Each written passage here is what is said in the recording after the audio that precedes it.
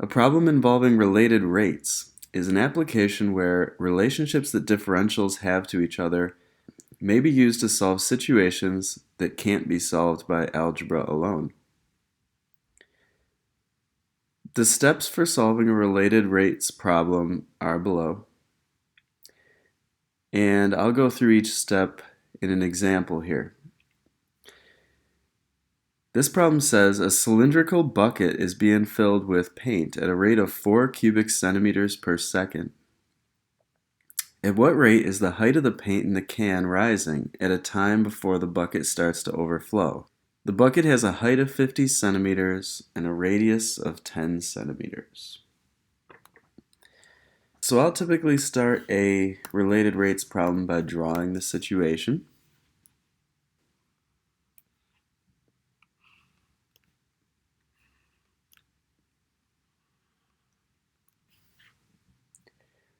Here's a paint can. Now we'd like to think about the paint being somewhere in the middle of its process. And since these are rate of change problems, we want to think about where the paint is going to be next.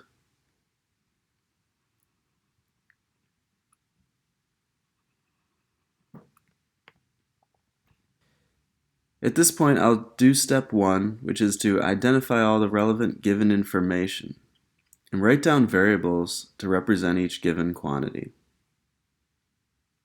Decide whether each given is a simple quantity involving just a simple unit, or is it a rate, which involves 2 units. To identify rates, look for division symbols or the words per, for every, for each, etc., because these are clues that a rate is being described. So let's go through our question and see what kind of quantities they describe. Alright, I'll start with some of the easiest givens here. They say the height of the bucket is 50 centimeters. So we can draw that.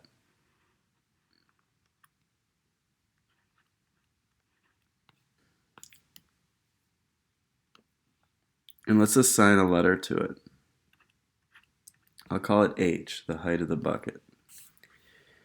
Alright, so H equals 50 centimeters.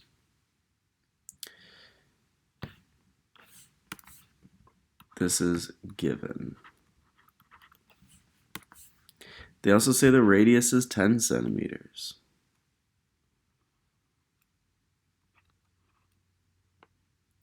I'll call that R.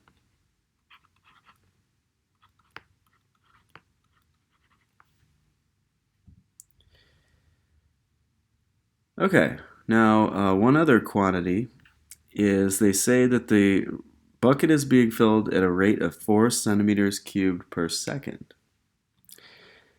Now it's very clear there that this is a rate that they're talking about. It even says rate, and it's a division of units. So the way we describe that using variables will be with differential notation.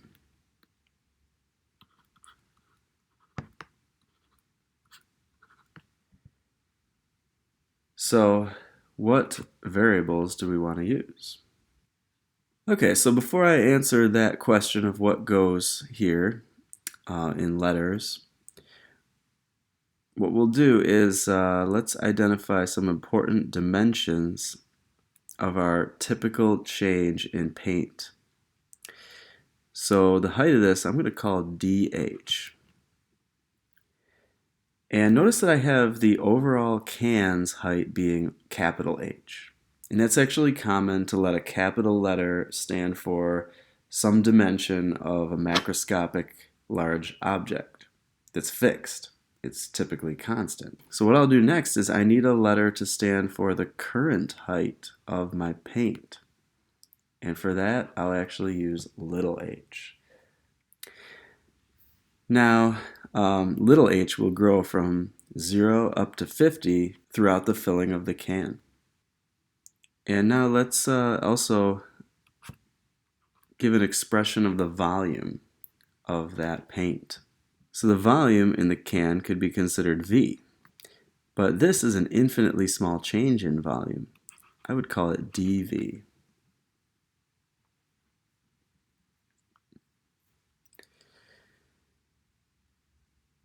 Now, let's go ahead and figure out what kind of rate this is.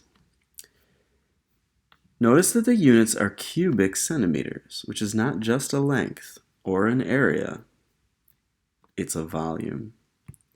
And so what they actually gave us in the givens was dV over dt, the rate of change of the volume of the paint in the can with time. So that takes care of step 1.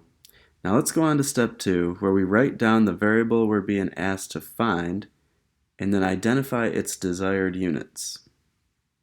This will come from the question. And they also say, consider whether what you're being asked for is a rate or not. Okay.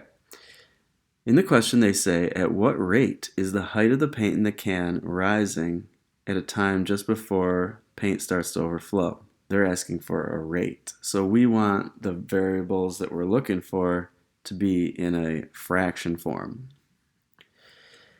So the height is involved, and it's a rate. So what we're looking for is a rate of change of height with something else. And they're talking about the rate of change of height with time.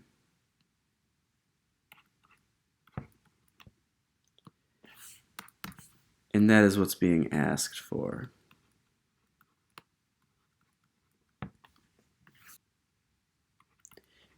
And I think appropriate units here would be centimeters per second. All right, that takes care of step 2. In step 3, we would write down any formulas or relationships that might be useful in this particular problem. One formula that comes to mind is the formula for volume of a cylinder.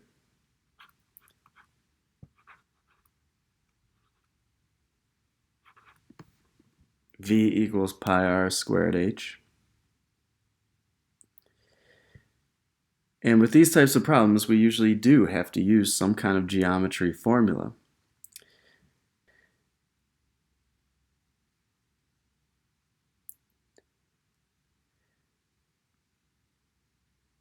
All right, what we want to do next in step 4 is differentiate the formula implicitly, if required. So we don't have any differential relationships. This is a formula for a macroscopic object of fixed radius, fixed height, and that would have been used in geometry. But we're doing calculus now, so what we have to do is differentiate implicitly, and it's critical that the things which are constant don't get differentiated. They should just remain constant. So which things here should remain constant throughout the entire life of the problem? Pi should remain constant, and so should the radius. No matter what height we're at, the radius is 10. That means that these quantities will stay, and we'll differentiate the v and the h. So we'll get dv equals pi r squared dh.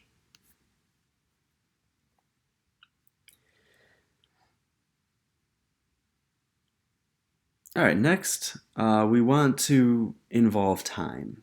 There's no time in the formula, so we can't solve just yet. So step 5 says divide both sides by the time differential dt.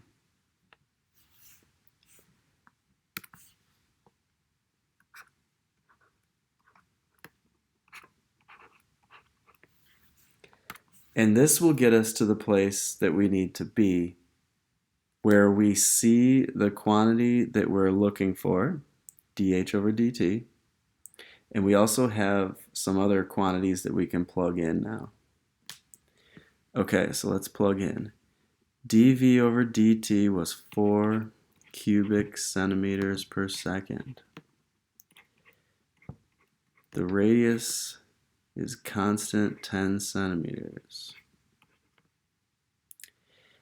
And dH over dt is our quantity that we're trying to find.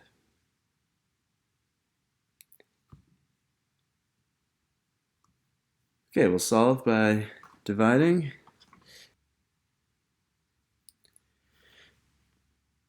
I get 1 over 25 pi centimeters per second is dH over dt.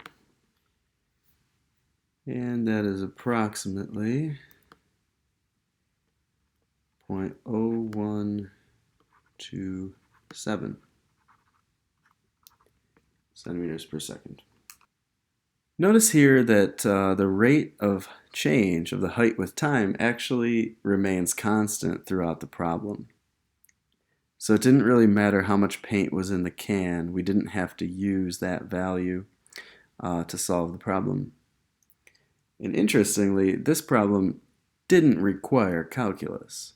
We could have solved it using algebra, but there are many problems to come which are a little trickier, which do require calculus. So it's a good starting problem.